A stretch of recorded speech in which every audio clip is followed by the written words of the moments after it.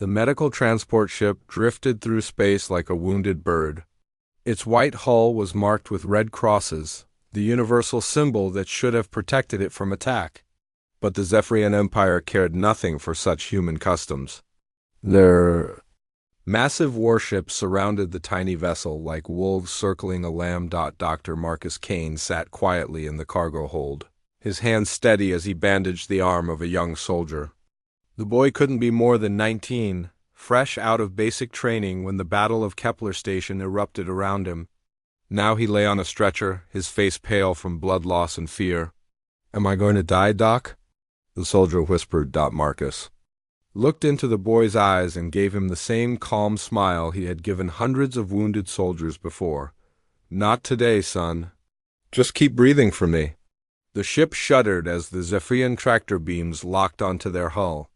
Marcus could hear the captain arguing with someone over the radio, his voice growing more desperate with each passing minute. Everyone knew what happened to humans who fell into Zephyrian hands.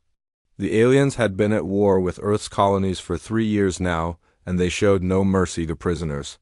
"Doc, they're boarding us," called Lieutenant Amy Rodriguez from across the hold. She was one of the few combat soldiers on the medical ship, assigned to protect the wounded during evacuation. Her rifle was ready, but they all knew it would do little good against a full Zephyrian boarding party. Marcus continued working on his patient, his movements calm and practiced. He had learned long ago that panic helped no one. The medical bay held 12 wounded soldiers, all too injured to fight, all depending on him to keep them alive. That was his job now. That was all that mattered. The sound of energy weapons echoed through the ship's corridors. Screams followed, then silence. Marcus felt his jaw tighten, but his hands never stopped moving. He finished the bandage and moved. To the next wounded soldier, a woman with burns across her back from a Zephyrian plasma blast. "It's going to be okay, Maria," he told her softly. "I'm right here." The cargo bay doors exploded inward with a shower of sparks and twisted metal. Zephyrian soldiers poured through the opening like a dark tide. They stood nearly 8 feet tall, their blue-gray skin covered in natural armor plates.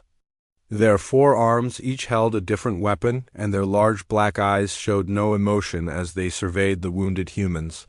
Lieutenant Rodriguez raised her rifle, but before she could fire, a Zephyrian energy bolt struck her in the chest. She crumpled to the floor, her weapon clattering away across the metal deck. The smell of burned flesh filled the air. "Nobody move," Marcus said quietly to his patients. He stood slowly, his hands visible and empty. "I'm a doctor. These people are wounded. They need medical attention." The lead Zephyrian tilted its massive head, studying Marcus with those cold black eyes. It spoke in broken English, its voice like grinding stone. "You are healer human?" "Yes," Marcus replied. "I'm a medic. These soldiers are under my care." The alien made a sound that might have been laughter. It spoke rapidly to the other Zephyrians in their own language, a series of clicks and hisses that hurt human ears. Several of the aliens seemed amused by whatever it had said. "Healer humans are weak," the leader said, switching back to English. "You fix broken things. You do not fight. You are useless." Marcus said nothing. He had heard such words before from his own species as well as aliens. Many people thought medics were cowards who hid behind their medical training to avoid real combat. They didn't understand that it took a different kind of courage to run toward danger with nothing but bandages and medicine, to risk your life. Not to kill, but to save. The Zephyrians began dragging the wounded soldiers from their stretchers. Marcus stepped forward. "Please, they need treatment. Without medical care, they'll die." "Good," the alien leader replied. "Weak humans should die." But one of the other Zephyrians spoke up, its voice carrying authority. This one wore different armor, marked with symbols that suggested high rank. It studied Marcus with intelligent eyes. "No," it said in perfect English. "This one comes with us. Commander Vexstar wants to study human healers. See how they break under pressure."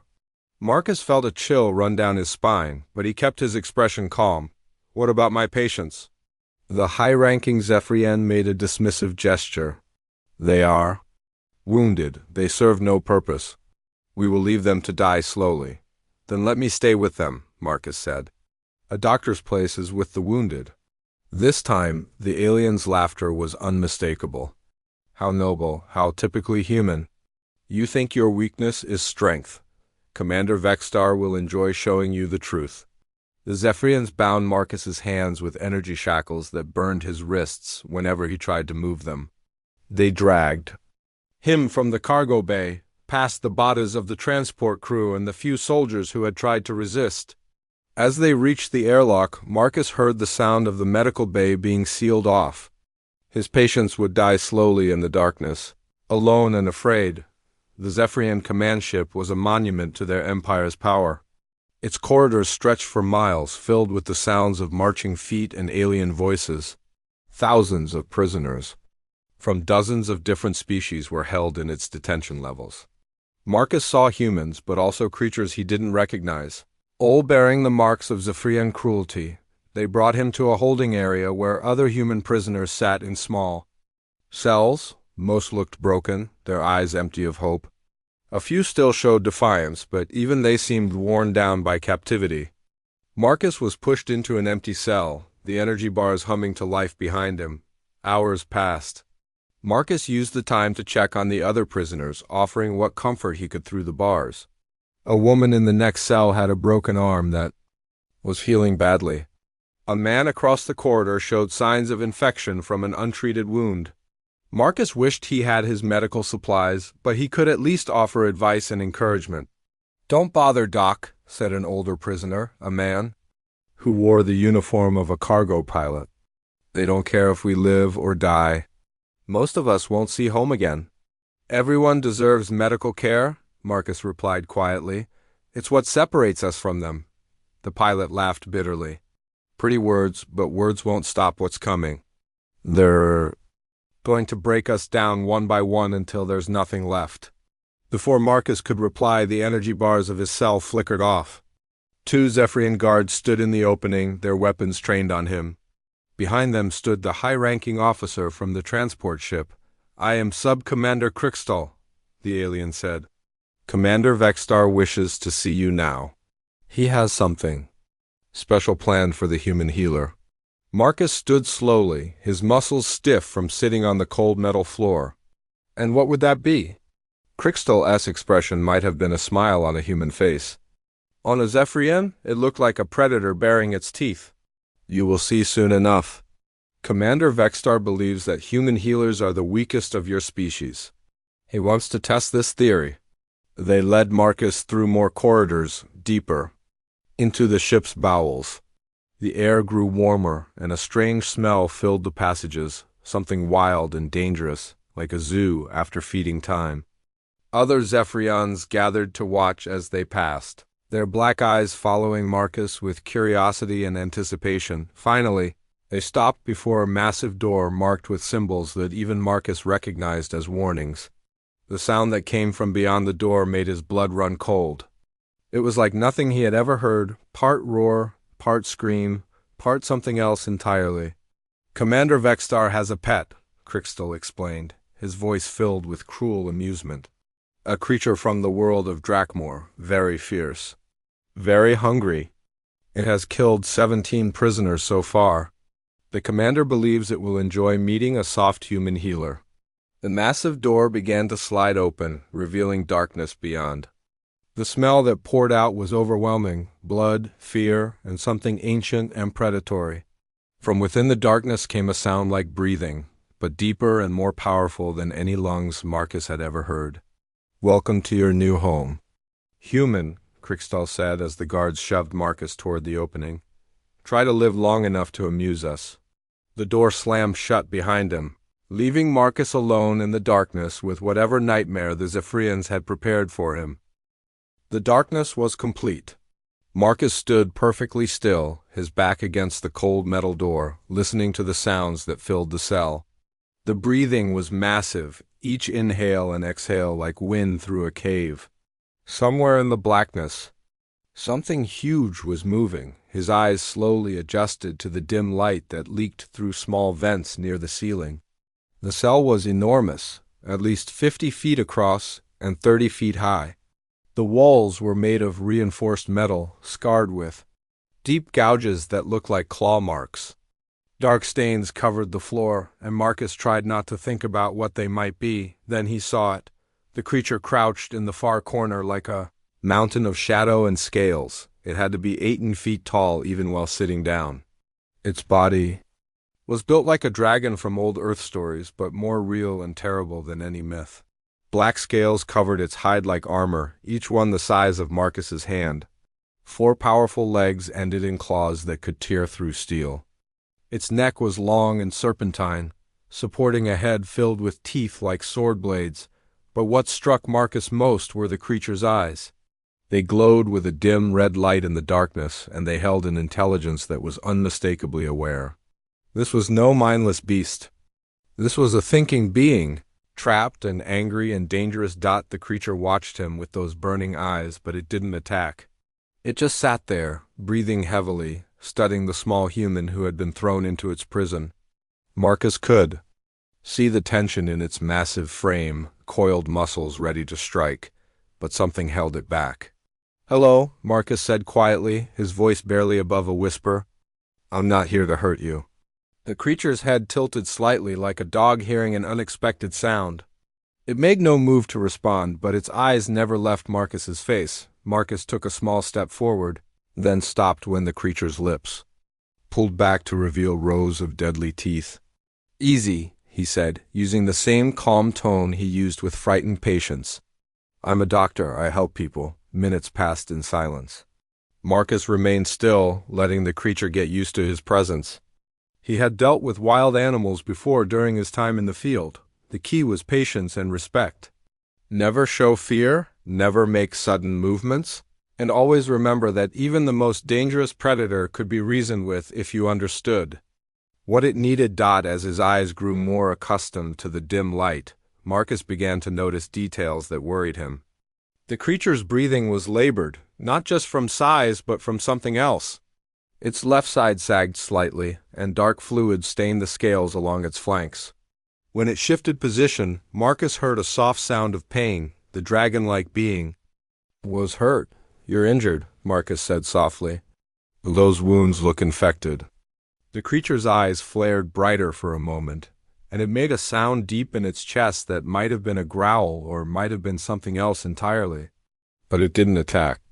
Instead, it seemed to slump further, as if the effort of staying alert was becoming too much. Marcus looked around the cell, taking inventory of what he had to work with. His clothes were simple prison garments, but he could tear them into strips for bandages. There was a small drain in one corner that might provide water, though he couldn't be sure it was clean.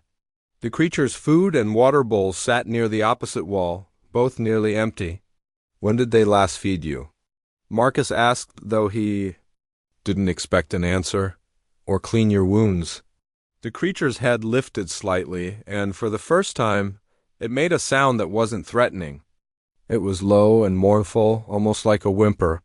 The sound of a proud being reduced to suffering. Marcus felt his medical training take over. He had sworn an oath to help all living things, regardless of species or circumstance. This creature was in pain, and pain was something he understood how to treat. "I'm going to try to help you," he said, taking another careful step forward.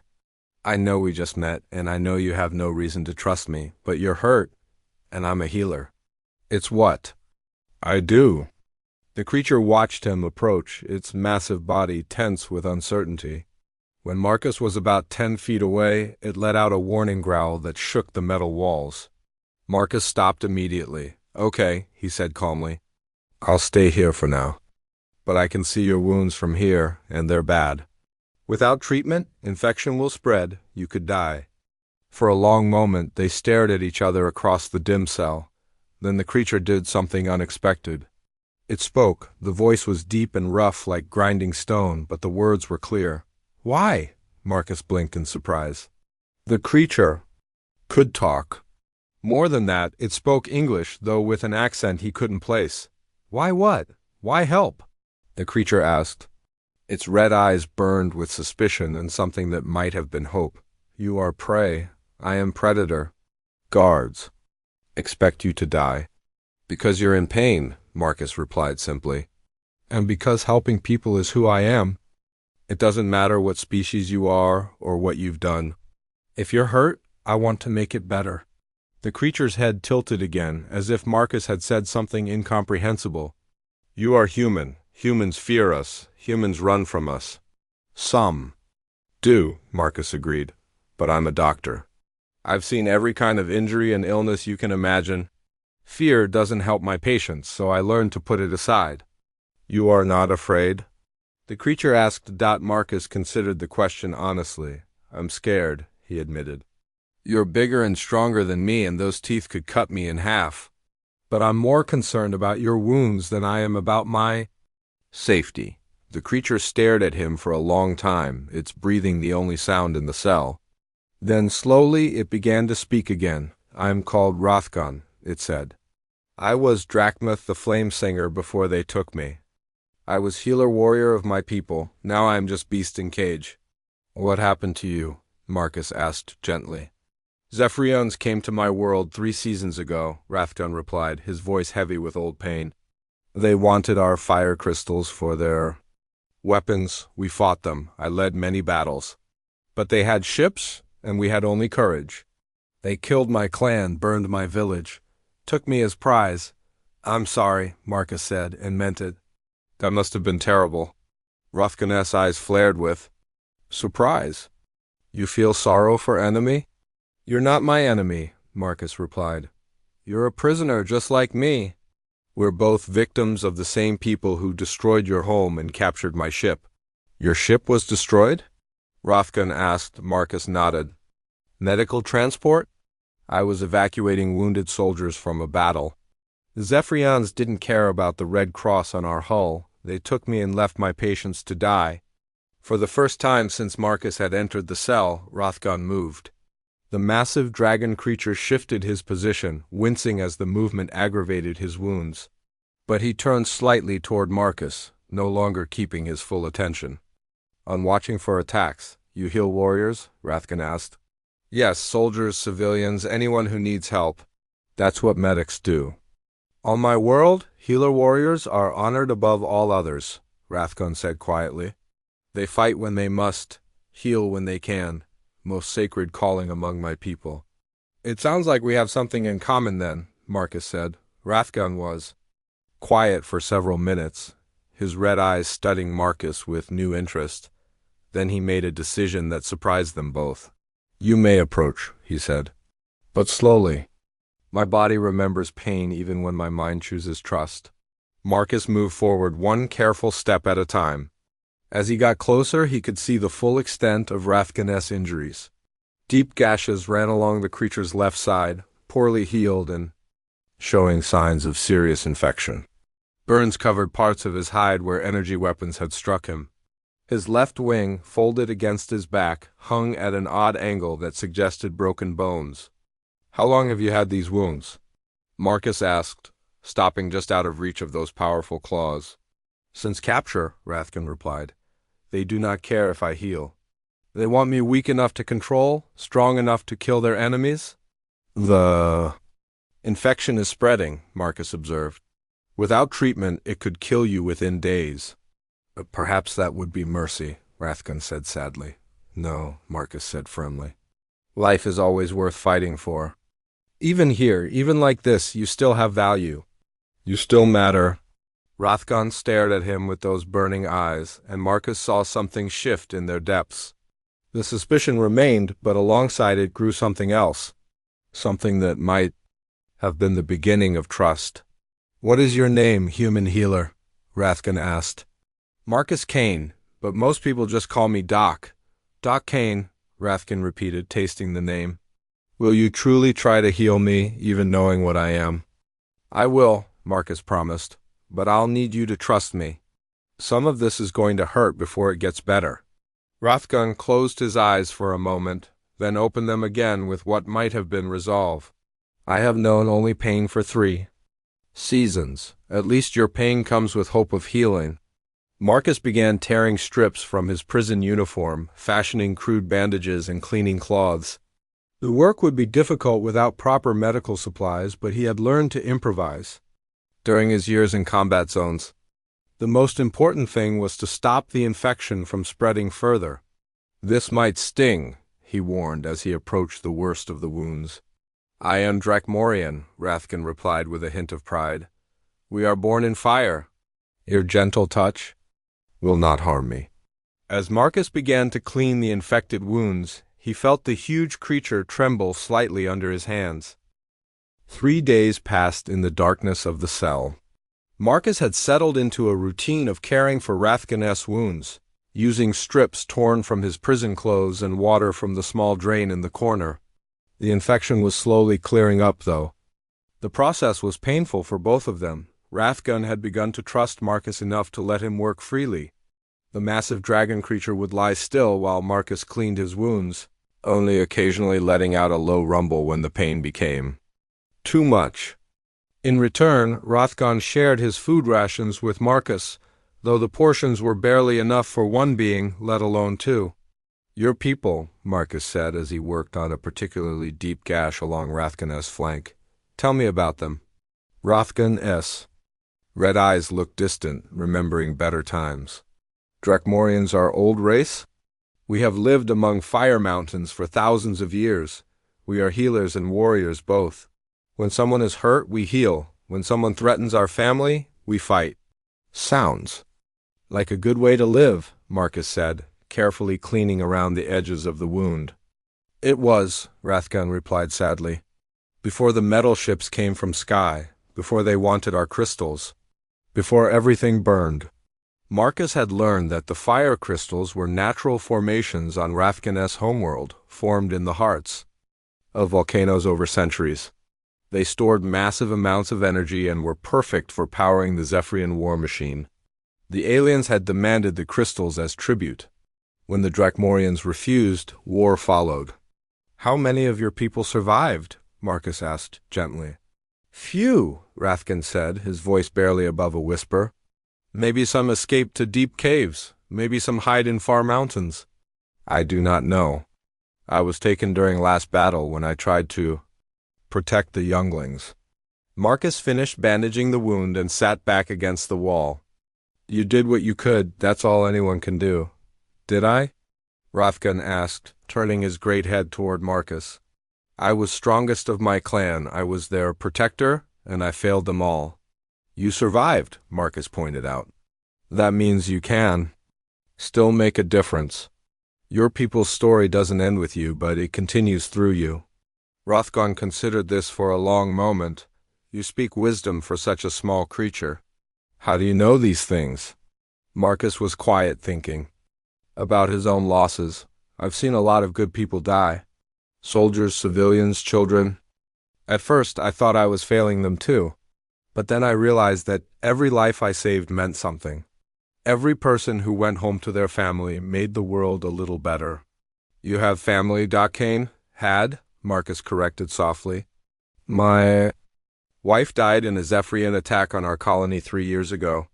That's when I decided to become a medic instead of ... He stopped himself before finishing the sentence. "Instead of what?" Rathgan pressed. Marcus shook his head. "It doesn't matter. Now, what matters is helping people."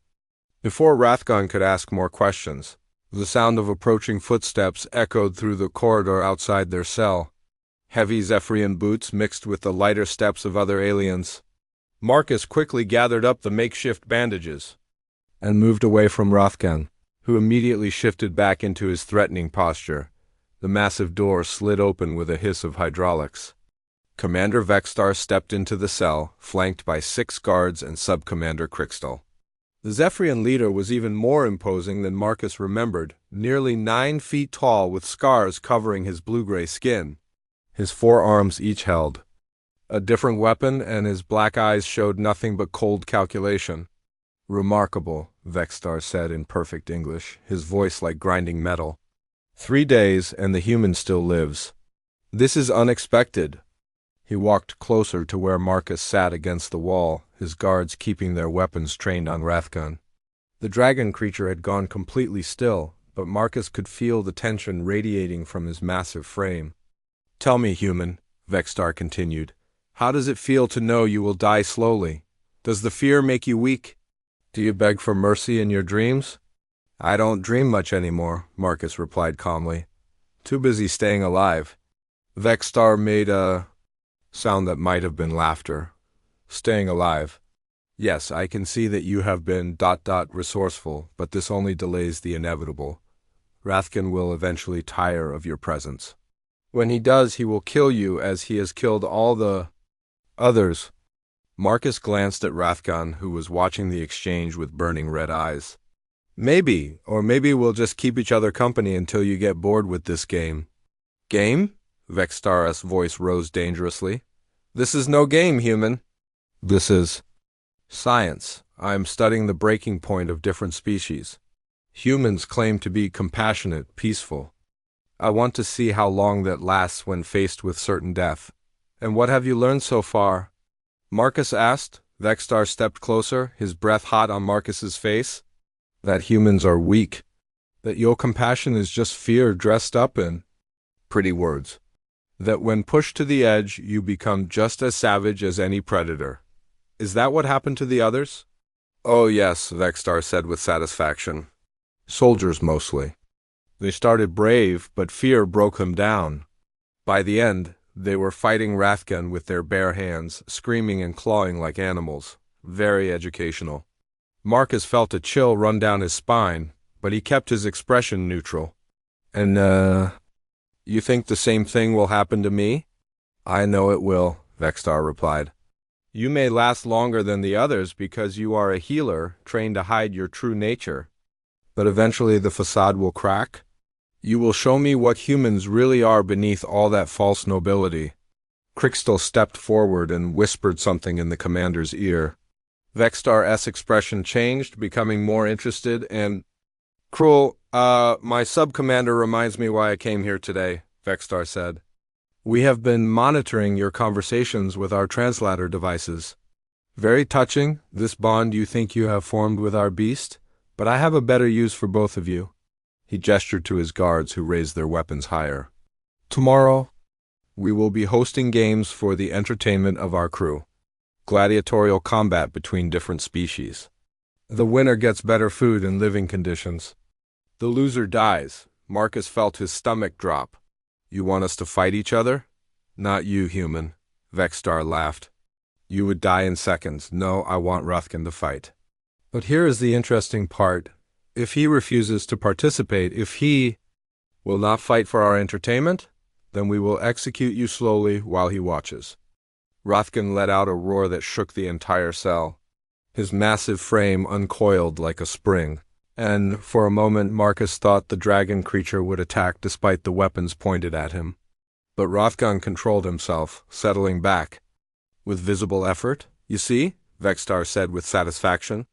Already the beast cares for the human. This will make the experiment much more interesting. Will Rathgun fight to save his new friend? Will he kill other prisoners to keep one human alive? Or will he choose his own pride over your life? What if he wins? Marcus asked. What if he defeats whoever you put him against? Then he fights again the next day, Vexstar replied. And the day after that. Until eventually he loses or until he refuses to continue. Either way, you both die. The only question is how much entertainment you provide us first. Vexstar turned to leave, then stopped and looked back at Marcus. I should mention the first opponent will be a Krax warrior. 300 pounds of muscle and chitin armor, trained from birth to kill. Rathgon is injured and weakened from his time here. The odds are not in his favor. And if I refuse to let him fight for me? Marcus asked. Then we kill you now and Rathgon fights anyway, Vexstar said simply. At least this way, you both have a chance to live a little longer. The guards began filing out of the cell, leaving Marcus and Rathgun alone again. As the door sealed shut, Marcus could hear Vexstar's laughter echoing down the corridor. Rathgun moved closer to Marcus, his red eyes filled with anger and something else, determination. I will fight, he said quietly. I will not let them hurt. No, Marcus said firmly. I won't let you risk your life for me. There has to be another way. There is no other way, Rathgun replied. This is what they do. They make you choose between bad and worse, then watch you break under the weight of impossible decisions. Marcus stood up and began pacing the small cell, his mind racing. There had to be something he could do, some way to turn the situation to their advantage. He had survived worse odds before, though Rathgon didn't know that yet. "Tell me about Crack's warriors," Marcus said. "Everything you know about how they fight?" "They are strong but slow," Rathgon replied. "Thick shell protects them, but they have weak spots at joints? Why do you ask?" "Because if you're going to fight, you're going to win," Marcus said with quiet intensity. "And I'm going to help you do it." Rathgon tilted his massive head, studying Marcus with new interest. "You sound different now, Doc Kane, like warrior instead of healer." Marcus met the dragon creature's burning gaze. "Maybe because I used to be both." For the first time since they had met, Rathgon smiled. It was a terrifying expression on a face full of sword-blade teeth, but Marcus could see the hope behind it. "Tell me," Rathgon said. "Tell me who you really are."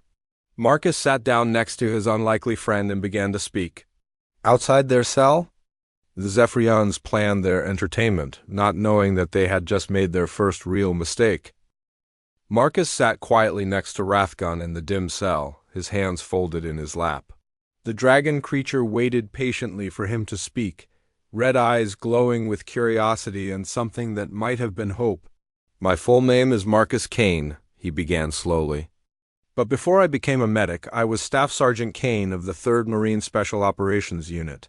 They called us the Ghost Battalion." Rathgon's massive head tilted. "Ghost Battalion?" "I do not know this term.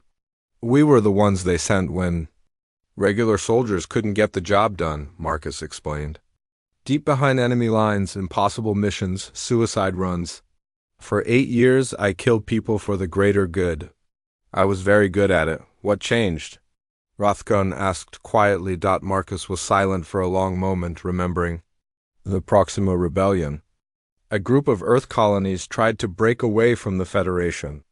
They said the government was corrupt, that the people deserved better. The Federation sent us to stop them. He paused, his hands clenching into fists. "We were told the rebels were terrorists, that they were planning to attack civilian targets. So we went in hard and fast. My unit took out their command center in the capital city." "You succeeded?" Rathgon asked. "Oh, we succeeded," Marcus said bitterly. "Killed everyone in the building. Men, women, even some children who were visiting their parents at work. Only afterward did we learn the truth. They weren't terrorists. They were farmers and teachers and shopkeepers who just wanted freedom from a government that didn't care about them." Rathgon made a low sound of understanding. "You were deceived. We all were. The Federation needed the rebellion crushed, so they painted the rebels as monsters. My unit was the weapon they used to do it." Marcus looked down at his hands. "I killed innocent people because I trusted the wrong commanders. After that, I couldn't pick up a weapon anymore. I became a medic instead." "To heal the damage you had caused," Rathgon said with surprising insight. "To try," Marcus agreed. "I figured if I saved enough lives, maybe it would balance out the ones I took." My wife understood. She said everyone deserved a chance at redemption. "Your wife who died in Zephyrian attack?" Marcus nodded. "Lisa was a teacher on Kepler Station. When the Zephyrians hit the colony, I was off-world treating wounded soldiers. By the time I got back, there was nothing left but ashes and bodies." They sat in comfortable silence for several minutes. Then Rathgon spoke again. "You still remember how to fight?" "Some things you never forget," Marcus replied. "But I swore I'd never kill again unless there was no other choice." "Tomorrow, there may be no other choice," Rathgon pointed out. Marcus looked up at his friend's glowing eyes. "I know, that's what scares me. Not dying, I've made peace with that. But becoming that person again. The one who could kill without hesitation." Perhaps," Rathgon said thoughtfully. "There is difference between killing innocent and killing those who would harm innocent. Perhaps your wife would understand this too." Before Marcus could respond, the sound of energy weapons echoed through the corridors outside their cell. Shouting followed, along with the heavy footsteps of running guards. An alarm began blaring somewhere in the distance. "What is happening?" Rothgon asked, his head raised and alert. Marcus pressed his ear to the door, listening to the chaos outside. Sounds like trouble in the other detention blocks? Maybe a prisoner revolt. The sounds grew closer. Energy bolts flashed past the small window in their door, followed by the screams of wounded guards. Something big was happening on the ship, and it was spreading fast. Then their door exploded inward, but instead of Zephyrian guards, 3 human prisoners stumbled into the cell. They were wounded and desperate, carrying stolen alien weapons. Behind them came the sound of pursuit. "Doc Kane?" One of them gasped. "Thank God we found you. We're breaking out. The whole detention level is in chaos." Marcus recognized the man as Lieutenant Jake Morrison, one of the soldiers from his transport ship. "Jake? How did you get free?" "Maintenance shaft collapsed in Block C," Morrison replied quickly. "Crushed 3 guards and their control panel. We grabbed their weapons and started freeing other prisoners. But we need to move now. They're bringing in reinforcements." Marcus looked at Rathgen, who was watching the exchange with interest. "Can you fight?" he asked the dragon creature. "I am healed enough," Rathgen replied, rising to his full 18-foot height. "But we cannot all escape through maintenance shafts." "We're not running," Morrison said grimly. "We're taking the ship. But we need someone who knows how to coordinate an assault. The other prisoners are brave, but they're not soldiers." Marcus felt something cold settle in his stomach. "You want me to lead them?" "You're the only one with the training," Morrison insisted. "These aliens think they can treat humans like animals. It's time to show them what we're really capable of." More energy blasts echoed through the corridor. Someone screamed in pain, and Marcus could hear Zephian voices shouting orders. The situation was deteriorating rapidly. "How many prisoners are free?" Marcus asked. "Maybe 60 humans, plus some aliens from other species," Morrison replied. "We've taken most of the weapons from the guards in Blocks C and D, but we're running out of time." Marcus closed his eyes, feeling the weight of decision pressing down on him. These people were looking to him for leadership, for hope. They were going to die if someone didn't organize them properly. But taking command meant becoming the soldier he had sworn never to be again. "Doc Kane," Rathgon said quietly. "Your wife, would she want these people to die because you were afraid to lead them?" Marcus opened his eyes and looked at his friend. The dragon creature was right. Lisa would have understood. She always said that sometimes you had to fight for what was right, even when it cost you something precious. "All right," Marcus said, his voice changing as he spoke. The gentle medic's tone was gone, replaced by something harder and more dangerous. "But we do this my way. No unnecessary killing, no torture, no revenge. We take the ship, we free everyone, and we get out." "Understood?" Morrison nodded quickly. "Understood, Sergeant." "It's Doctor now," Marcus corrected. "But for today, I'll be both." They moved out into the corridor, where chaos reigned. Freed prisoners were fighting small groups of Zephyrian guards throughout the detention level. Some of the humans had been wounded, and others were panicking without clear leadership. It was a mess, but Marcus had seen worse. "Rothgen, can you clear the main corridor?" Marcus asked. The dragon creature smiled his terrifying smile. "With pleasure." Rothgen charged down the hallway with a roar that shook the metal walls. Zephyrian guards scattered before him, their energy weapons barely scratching his armored scales. Those who stood and fought found themselves facing claws that could cut through steel and teeth that could bite through body armor. Meanwhile, Marcus began organizing the human prisoners into proper combat units. His special forces training kicked in automatically, assessing strengths and weaknesses, assigning roles, creating tactical plans. Within minutes, the chaotic riot was becoming a coordinated military operation. "First squad, take the armory on level 5, he ordered a group of former soldiers. "Second squad, secure the shuttle bay. Third squad, find the communications center and cut their ability to call for help." "What about the alien prisoners?" asked a woman Marcus didn't recognize. "Free them all," Marcus decided. "The enemy of my enemy is my friend. Besides, it's the right thing to do." As his improvised army spread throughout the ship, Marcus found himself thinking about his wife. Lisa had always believed that good people could do terrible things if they had no choice and still remain good people.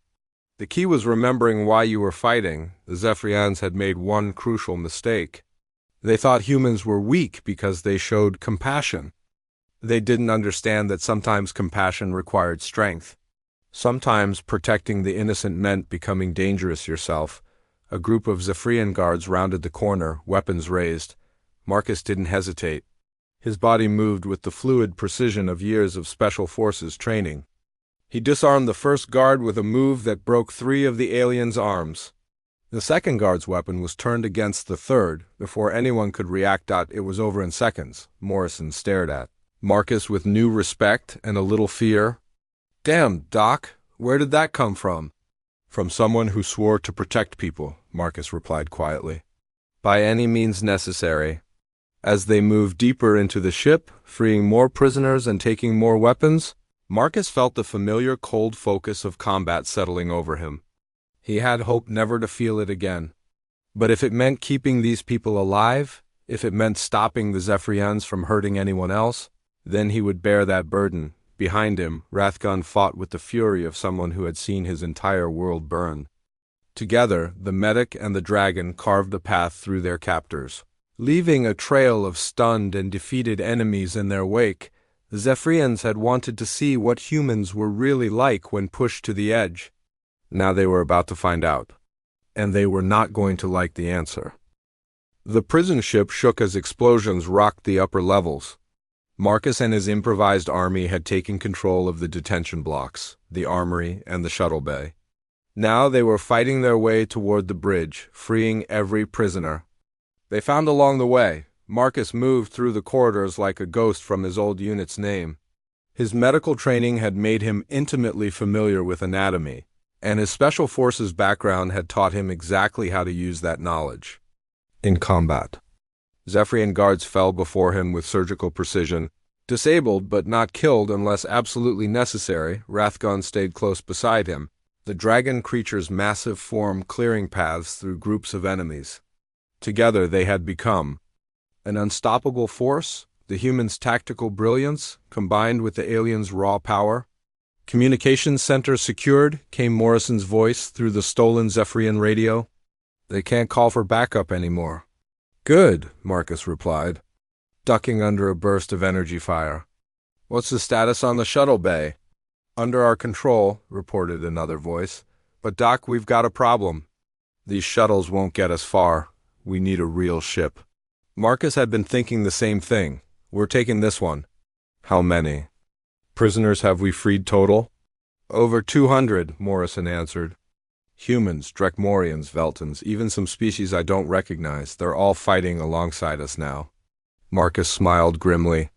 The Zephyrians had made their prisoners fight each other for entertainment, never realizing they were creating bonds between different species. Now those bonds were working against them. "Bridge is 3 levels up," Rathgun rumbled beside him. "But they will have heavy defenses." "I know," Marcus replied. "That's why we're not going through the front door." He led a small strike team through the maintenance shafts, the same routes the prisoners had used to begin their escape. Rathgun couldn't fit through the narrow passages, so he stayed behind to coordinate the main assault with the other freed prisoners. Marcus emerged from a ventilation grate directly behind the bridge's defensive positions. The Zephyrian guards were focused on the main corridors, expecting a frontal attack. They never saw the quiet human doctor slip out of the shadows behind them. By the time they realized their mistake, it was too late. Marcus moved through the bridge, crew like a deadly wind. His hands found pressure points and nerve clusters with medical precision, dropping guards unconscious before they could raise an alarm. Within minutes, he had control of the bridge's main systems. "This is Marcus Kane. To all freed prisoners," he announced over the ship's communication system. "The bridge is secure. We have control of the ship." Cheers echoed through the corridors as the news spread. But Marcus wasn't finished yet. He activated the ship's external communications array and began transmitting on human military frequencies. "This is Dr. Marcus Kane aboard the Zephyrian detention vessel. We have liberated the ship and are requesting immediate assistance. Any human vessels in the area, please respond." The reply came faster than he had hoped. Dr. Kane, this is Captain Betty Rogers of the UHS Phoenix. We've been tracking Zephyrian movements in this sector. What's your status? Marcus felt relief wash over him. Captain Rogers was known throughout the human fleet as a competent officer and a good person. Captain Rogers, we have over 200 freed prisoners aboard a Zephyrian prison ship. We've taken control, but we need evacuation and medical support. On our way, Doctor. ETA 20 minutes. Can you hold until then? We'll hold, Marcus promised, but as he spoke, alarms began blaring throughout the ship. Through the bridge's main viewport, Marcus could see Zephyrian reinforcement ships dropping out of hyperspace. 3 heavy cruisers and a dozen smaller vessels, all converging on their position. Phoenix, we have company, Marcus reported. Zephyrian. Fleet incoming. We see them, Rogers replied. Don't worry, Doctor. You're not alone anymore. The human battle group that emerged from hyperspace was smaller than the Zephyrian force, but they had surprise on their side. The Phoenix and her escort ships opened fire immediately, drawing the enemy's attention away from the prison vessel. Marcus activated the ship's internal communications again. All prisoners, this is Kane. We have friendly ships engaging the Zephyrians, but we're not safe yet. Prepare for possible boarding actions. He made his way back to the detention levels, where Rathgun was organizing the freed prisoners into defensive positions. The dragon creature's red eyes lit up when he saw Marcus. Approaching, the ship is ours? Rathgun asked. For now, Marcus replied. But we've got Zephyrian reinforcements trying to take it back. How are our people holding up? Better than expected, Rathgun said with something that might have been pride. Humans fight well when they have hope. And other species fight well when they have humans to lead them. Marcus looked around at the mixed group of former prisoners. Humans worked alongside Dracmorians, Veltans, and half a dozen other species he didn't recognize. All of them had been enemies in the Zephyrians. Gladiatorial games, but now they stood together as allies. Dr. Kane, called a voice from behind him. Marcus turned to see Commander Vexstar approaching under guard. The Zephyrian leader's 4 arms were bound, and his weapons had been taken, but his black eyes still burned with hatred. I want to know who you really are, Vexstar demanded. No simple healer could have done this. No weak human could have turned my perfect prison into chaos. Marcus studied the alien commander for a long moment. I told you I'm a medic. I heal what's broken. Lies, Vexstar snarled. You are some kind of warrior. A killer hiding behind medical symbols. You're right, Marcus admitted. I was a soldier. Once, a very good one, but I chose to become something else. I chose to save lives instead of taking them. Then why did you fight? Why did you kill my guards? Marcus looked around at the freed prisoners at Rathgun, at all the beings who had been tortured and humiliated for Zephyrian entertainment. Because sometimes a healer has to fight. Sometimes protecting innocent people means being dangerous to those who would hurt them. Vexstar's expression twisted with confusion and rage. You speak in riddles. Healers are weak, warriors are strong. You cannot be both. That's where you're wrong, Rathgun interjected, his deep voice rumbling through the corridor. Among my people, the greatest honor goes to those who can both heal and fight. We call them flame friends, those who burn away the darkness. Your people are dead, Vexstar spat. Some of my people are dead, Rathgun corrected calmly. But their memory lives on. And now I have new people to protect. The ship shuddered as weapons fire struck the hull. Through the corridor's small windows, Marcus could see the battle raging outside. The Phoenix and her escorts were holding their but they were outnumbered. We need to help them, Marcus said, moving toward the bridge. The weapon systems are damaged, Morrison reported as they reached the command center. We can't contribute much to the fight. Marcus studied the tactical display, his mind racing through possibilities. Then he smiled. We don't need weapons. We have something better. He activated the communications array again. Captain Rogers, this is Kane. I'm sending you the complete intelligence files from this ship's computer. Zephyrian fleet movements, base locations, prisoner transport schedules, everything. Received, Doctor, Rogers replied. This intelligence is incredible. High Command is going to want to talk to you. Later, Marcus said. Right now, can you get us out of here? The battle was turning in humanity's favor, armed with real intelligence. About Zephyrian operations, the human ships were able to predict enemy movements and counter their tactics. One by one, the alien vessels were disabled or destroyed. Within an hour, it was over. The transfer of prisoners to the Phoenix took most of the day. Marcus worked tirelessly in the makeshift medical bay, treating the wounded and making sure everyone was stable for transport. Rothgon stayed beside him, helping move patients and offering comfort to the frightened. What will happen to the Zephyrian prisoners? Rothgon asked as they worked. They'll be treated according to the rules of war, Marcus replied. Fed, housed, given medical care. The same things they denied their prisoners. Even after what they did? Marcus paused in his work, considering the question. Especially after what they did. The moment we start treating prisoners the way they treated us, we become no better than them. As the last of the freed prisoners was transferred to safety, Captain Rogers approached Marcus on the Phoenix's medical deck. She was a tall woman with gray hair and kind eyes, though Marcus could see the steel beneath her gentle manner. Dr. Kane, she said, I've been reading your file. Staff Sergeant Marcus Kane, 3rd Marine Special Operations. 3 Purple Hearts, a Medal of Honor, and a recommendation for the Navy Cross. You were one of the most decorated soldiers in the fleet. Was, Marcus emphasized. Now I'm just a medic. A medic who just liberated 200 prisoners and provided intelligence that's going to save thousands of lives. Rogers pointed out, High Command wants to offer you a commission. Full Colonel? Your own medical unit with tactical support? Marcus was quiet for a long moment, then shook his head. Thank you, but no, I'm done with war. I just want to help people heal. What about me? Rothgon asked, approaching them with careful steps on the unfamiliar human ship. What happens to Dragon Warrior? With no clan, no home,